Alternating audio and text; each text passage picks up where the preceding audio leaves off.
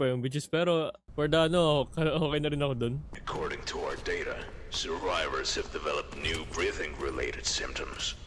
To check them, use this stethoscope. Pick it Stethoscope? up from the table.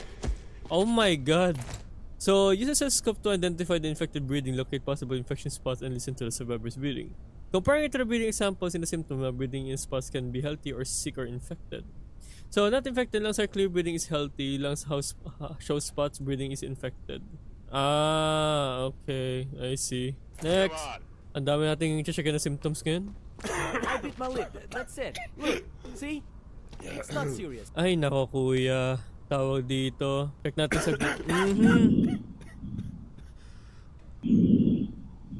Galing nito. Yeah, meron siyang...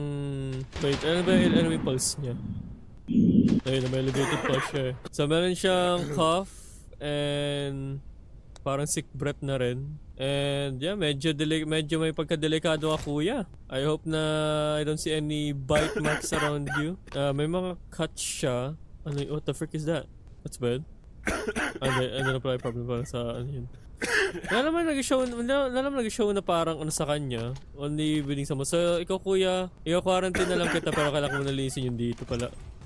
Identification verified. Oh, pinatay na yun dito. Unstable. Incident detected. Ow!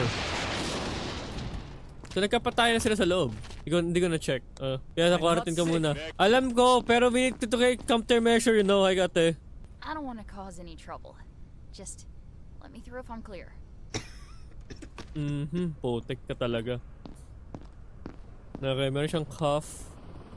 And the way I see it, si ate ay wala namang mga bite or something siguro. Check din natin yung breathing pattern mo ate. Relax ka lang ha. I'm just checking you out muna for every ano muna tayo ha.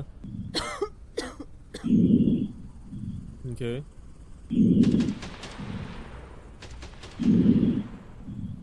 Clear naman yung kanyang breathing pattern. Umuubo lang siya. So, yun gawin na.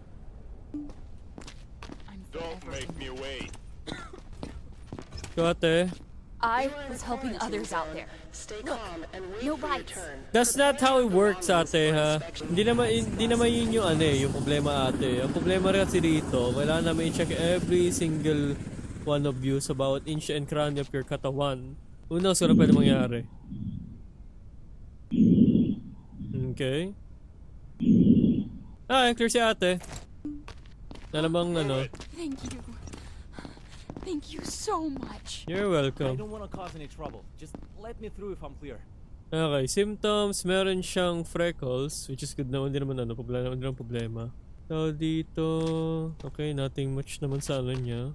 Ooh, so meron siyang mga skin cuts, which is delikado yun.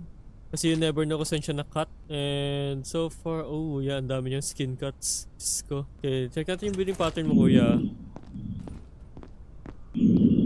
Normal naman ang breathing niya. So, normal breathing, wala namang